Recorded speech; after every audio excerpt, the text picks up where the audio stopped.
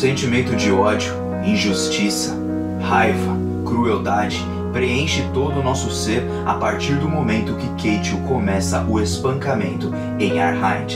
Ela, que portava até mesmo um filho seu, não foi sequer perdoada e nem lhe foi dada as chances de ser livre de uma punição grotesca e absurda. E claro, tudo isso que passou nesse episódio só nos faz pensar o quão a humanidade é terrível quando estamos completamente cegos por poder e também por posses.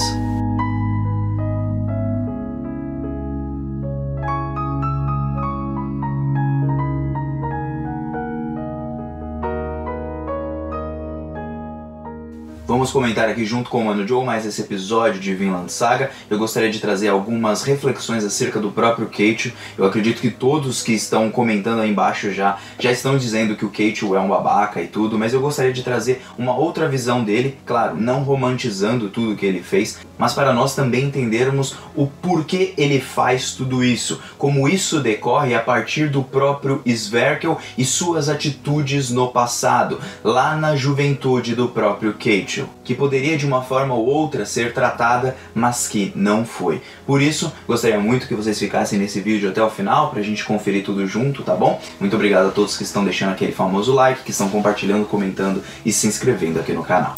Bom, de toda forma, nosso episódio vai começar com o Canuto se dirigindo para as fazendas do Ketil, junto com o Wolf e também os Jones Vikings, né? Que são ali o pessoal aliado do rei Canuto que estão sob a liderança do Flock. Flock esse que já chegou a lutar ao lado do Thors, o pai do Thorfinn. Acho que era Thors o nome dele. Bom, de toda forma, temos uma frase bem importante do Canuto nesse momento, porque isso exemplifica muito bem o que está acontecendo ali naquele momento em que eles estão se dirigindo com o barco e o vento está ao seu favor.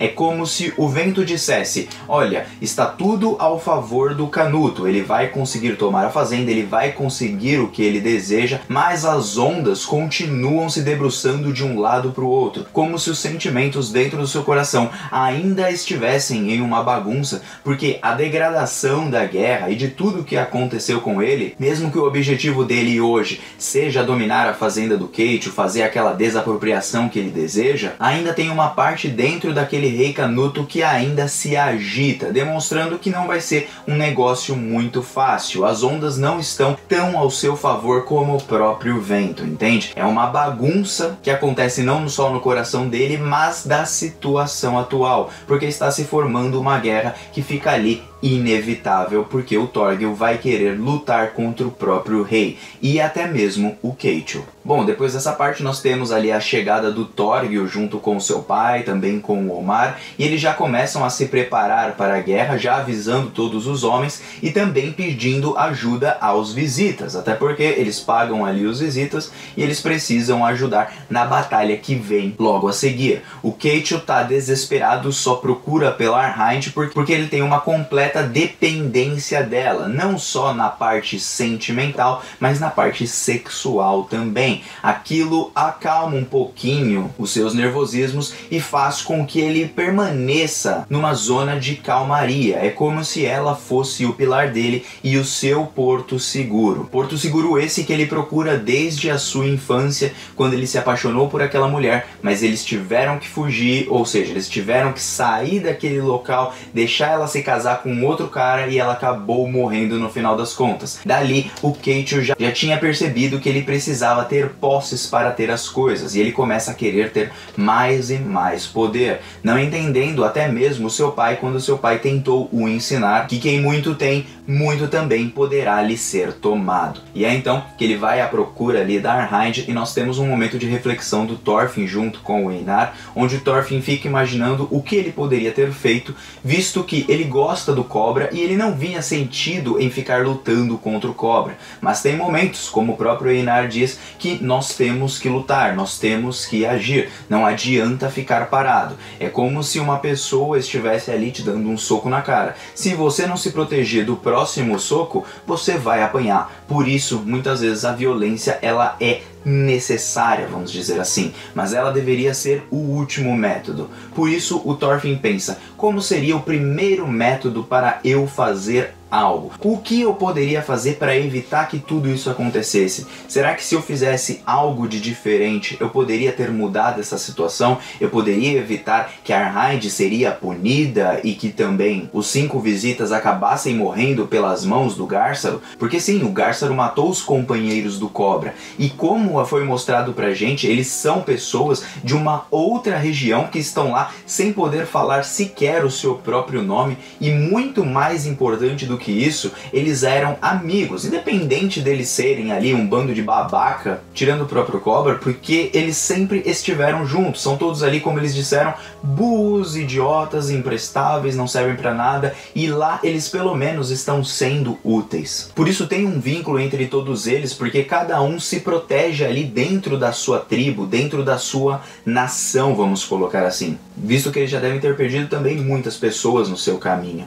Então, o Thorfinn, pensando sobre tudo isso, ele quer encontrar o primeiro método, a primeira coisa que ele deveria fazer para evitar esse tipo de violência, para que aquilo não acontecesse mais e para que ele não tivesse os arrependimentos como, poxa, eu tentei proteger o Gárssaro, mas ele acabou morrendo. E no final das contas, eu ajudei a Arnheid e no final eu não consegui ajudar ela de fato, porque agora ela deve sofrer uma punição, quem sabe até mesmo a própria morte. E então que o Thorfinn, preocupado com tudo isso, nós vemos um ponto ideal. Ele quer procurar a solução. Muitas vezes encontramos perguntas sem respostas para alguns casos, mas ele encontrou uma das respostas, a que deveria ser o último método, que é usar a violência. Mas qual seria o primeiro, o segundo, o terceiro, até chegar nessa parte da violência? O que eu poderia fazer para evitar que isso tudo acontecesse? Será que uma conversa? Será que uma negociação? Entende? Tem vários outros métodos que ele pode abordar para que ele tenha conhecimento de algo novo, ou até mesmo criar uma nova nação, criar uma nova terra em um outro lugar, como a própria Vinlândia, que é o lugar onde ele tem ali o desejo de ir. E claro, com o Leif ali, provavelmente eles podem alcançar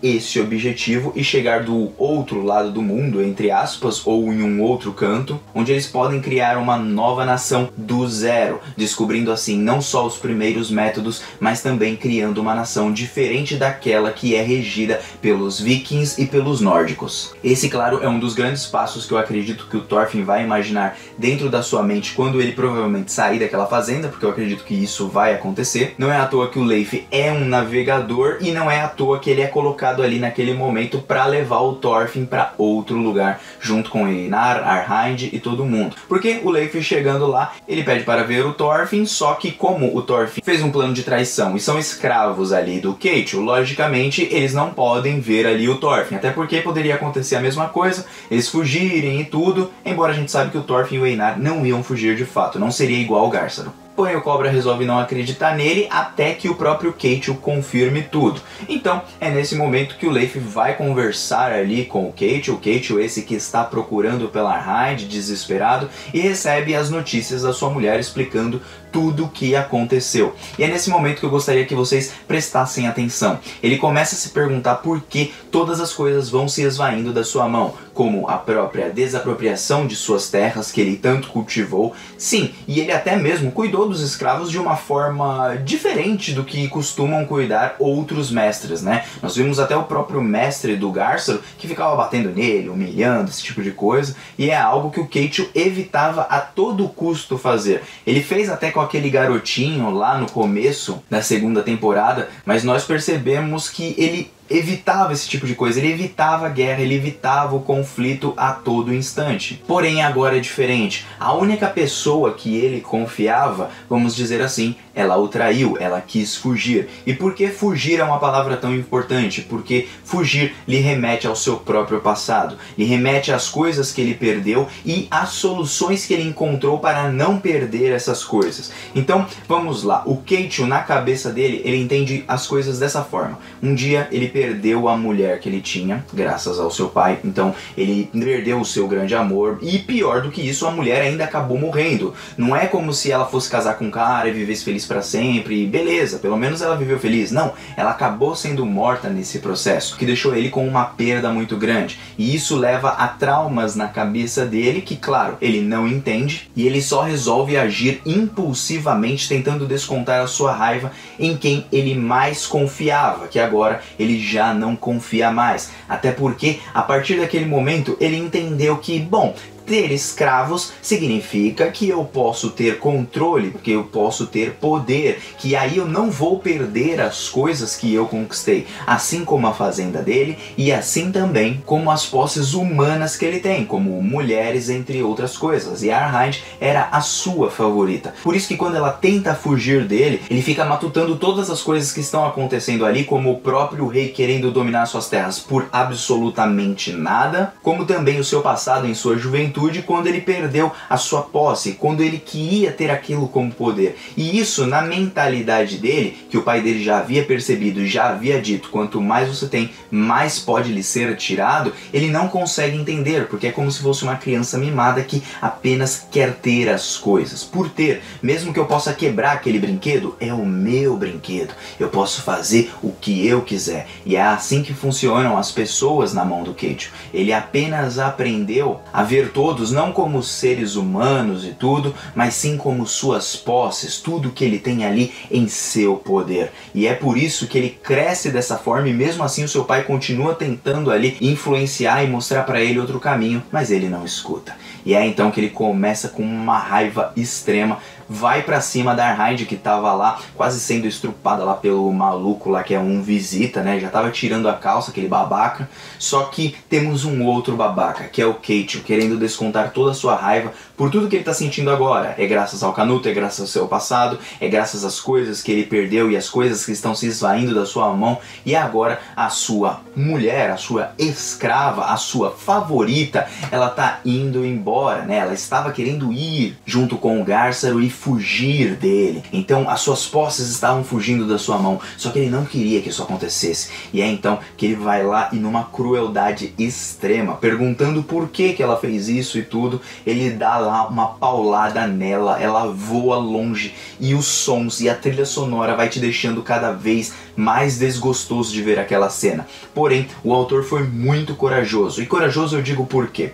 Não porque a gente gosta de ver esse tipo de cenas. Esse tipo de cena é aquele tipo que você não gosta de ver, você tenta fechar os olhos, você não procura olhar, principalmente porque essa cena, ela dói na gente. Ativa diretamente um negócio dentro da nossa mente que se chama empatia. Todo ser humano, ele é empático por natureza. Claro, quando eu quero dizer empático, não significa que você se importa com todo mundo que tá andando na rua, mas ao ver uma cena de dor, uma cena que alguém leva um tiro e tudo, você já percebeu que causa uma estranheza no seu corpo, como se você sentisse as coisas? Porque a gente sente, nós somos seres empáticos na nossa natureza, nos nossos sentidos. Por isso que ao ver cenas como essa, nós ficamos não só desgostosos, mas nós sentimos como se nós mesmos estivéssemos apanhando. E por isso causa o sentimento de ódio, injustiça, porque sabemos da história da Arhide. História essa que nem mesmo o Keicho deve saber, porque ele nunca se preocupou com isso. Afinal, ela era apenas a sua escrava.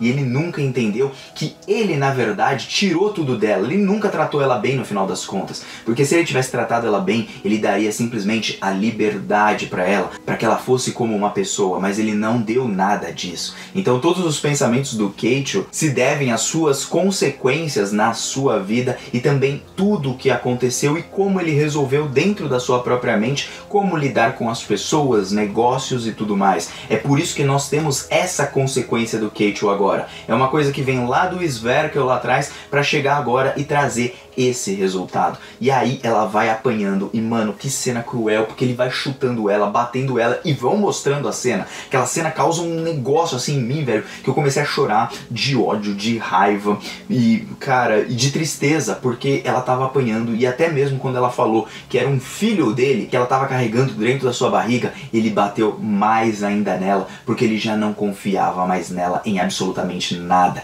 Só que a sua cara de raiva e ódio não era uma cara que queria matar ela. Parece até que queria, mas ele só queria dar uma punição. Ele queria mostrar pra ela que ele é o dono dela, porque ele queria tudo pra ele, como ele sempre quis. Ele aprendeu a ser esse tipo de pessoa, cega totalmente pelo poder, assim como o próprio Canuto acabou virando. E aí nós vemos o paralelo de uma pessoa que sai desse caminho como Thorfinn, que sai ali do poder, sai ali da cegueira da sua vingança, e pessoas que estão cegas ali não só pela vingança, mas também por tudo que aconteceu na sua vida, eles resolvem fazer de tudo, até mesmo pisar nos outros para atingir os seus objetivos. E é então que depois de espancar ela ali, o Cobra acaba segurando, o Pater chega lá porque ele propôs ao Leif que comprasse o Einar e também comprasse a Arnheid, porque eles não iriam sobreviver, provavelmente o Thorfinn poderia sobreviver porque ele fez um acordo ali com o Ketil, mas a Arnheid e o Einar estavam perdidos e são amigos do Thorfinn. E o Pater, bom, é um personagem que eu gostei bastante, ele tentou ajudar de todas as formas possíveis, só que ele chegou ali meio que tarde demais, ela já estava toda espancada no chão, arrebentada totalmente no seu rosto, desconfigurada, inconsciente, já nem gritava mais de dor. E que cena, puta merda, que cena que me deu uma raiva, um ódio, cara, que me dá uma tristeza também, porque essa mulher não merecia nada do que aconteceu. E é como o Sverker disse, ela não teve sorte, foi só sorte de estar no lugar errado, de talvez nascer no lugar errado, porque é o destino, acontece, pessoas vão nascer, né? Você não escolhe onde você nasce, eu não escolhi onde eu nasci. Então, como a gente não escolhe esse tipo de coisa, às vezes consequências da nossa vida não se devem a pessoas que estão no topo, às pessoas que estão lá embaixo, às pessoas que estão ali ou aqui e tudo mais, mas se deve onde você nasce, no momento que você nasce, na época em que você nasce. E a Arnheid, infelizmente, não teve sorte, enquanto o Sverker teve sorte e falou isso para o Cobra. E isso que é legal de ver em Vinland Saga, porque é a realidade, não é uma mentira o que ele está falando ali. Muitas vezes nós temos sorte apenas por nascer numa família bem abastada, numa família boa, numa família legal, numa época legal e tudo, mas às vezes a gente não tem sorte. E às vezes pessoas que, por exemplo, estão sofrendo em tudo quanto é canto de fome aí, por todas as nações, às vezes elas só não tiveram sorte de nascer ali, elas não tiveram ali uma escolha, entende? Então é bem real ali e bem cruel ao mesmo tempo, né? Como a vida ela pode ser cruel. Nem tudo depende de apenas uma pessoa. E é então que o Pater tenta fazer os primeiros socorros, o Cobra impede que o Ketil continue batendo nela, ele fala assim, ó, você quer matar ela? Se você quiser, eu solto aqui o pau e você para e beleza. E aí a gente percebe que ele não queria matar, ele queria fazer uma punição, ele queria descontar ali sua raiva, porque ele estava com mais ódio ainda do próprio Canuto, que estava querendo roubar as suas posses. E ele teve a sua mulher roubada, entre aspas, entende? Ele tem esse sentimento de traição com ela, mas é um sentimento unilateral, é um sentimento apenas dele para ela, mas não dela para ele, porque para ela foi usada, ela foi abusada, ela foi maltratada, ela virou uma escrava, ela perdeu a sua própria liberdade. Então é aí que o Leif tenta negociar com o Ketil, que tá indo embora,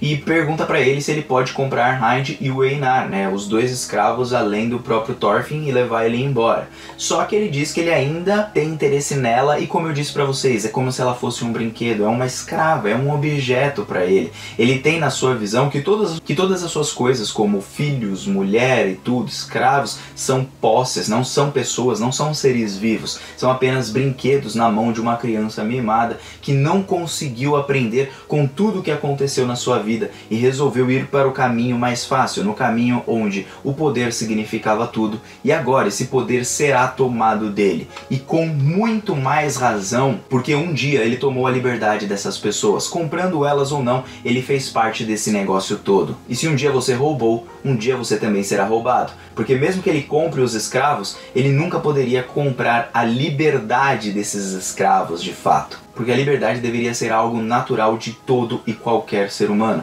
Ser livre para fazer o que deseja, ir para onde deseja e viver sem que as pessoas os escravizassem, não só na sua mente, mas também no seu corpo. E é então que ele fala que não abandonou ela, que ela continua sendo dele, que ele não vai vender ela de toda forma, só que ela tá acabada, ele já não vai mais ter nada com ela, se a gente for ver. O Thorfinn até tem um encontro com o Leif, mas isso fica meio que subjetivo, porque todos eles vão ver como está a Arnheid e ela está inconsciente, parece que já não há mais salvação para ela, o Einar tá desolado, e é ali que a gente termina o nosso episódio, porque agora vai chegar a guerra e o Ketil está com raiva e vai tentar enfrentar até mesmo o próprio rei Canuto. E agora vamos ver o que pode acontecer nos próximos episódios. Eu acredito que foi um episódio cruel, corajoso do autor de demonstrar essas cenas pesadas. Eu acredito que pro impacto ser maior, e não só o impacto, mas para que também a gente sinta a dor dos personagens quando eles estão sofrendo e tudo, isso é muito necessário. Eu sou a favor da zero censura em todo tipo de coisa, seja em cenas de sexo, seja em cenas desse tipo de gore, sendo cenas de espancamento, porque isso é para causar um impacto no leitor, para aquele leitor ou até mesmo espectador que está assistindo ter a noção das coisas que aconteceram e não ficar escondendo tudo como se fosse tudo um tabu,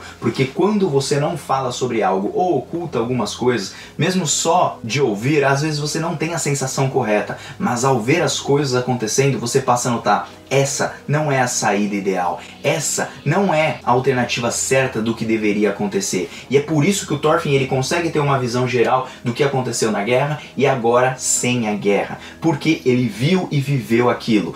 Ver é necessário, sentir essas coisas é necessário. Por isso que eu acho que o autor acerta quando demonstra muitas vezes essa cena, não de forma romantizada ou muitas vezes expositiva, mas sim de uma forma que faz com que o espectador comece a pensar nas suas próprias atitudes e no que ele está vendo. Então eu acho muito, mas muito importante. Gostei bastante desse episódio, gostaria de saber o comentário de vocês, vou aguardar no próximo episódio e quero saber se vocês sentiram raiva, ódio, o que vocês sentiram nesse episódio, porque, gente, eu vou falar uma coisa, não me deem spoilers, pelo amor dos meus filhinhos. Por quê? Porque eu já sabia que ela ia apanhar e tudo mais, acho que até que vai morrer, só que quando vocês contam spoilers eu perco um pouquinho da experiência. Ainda bem que algumas pessoas me avisaram e eu tomei cuidado um pouquinho na hora de ler os seus comentários, porque eu leio todos, literalmente todos. Por isso, só tomem cuidado com isso, onde eu tá vazando. Até uma próxima, tá bom? Um beijo no coração, te aguardo numa próxima. Fui, valeu!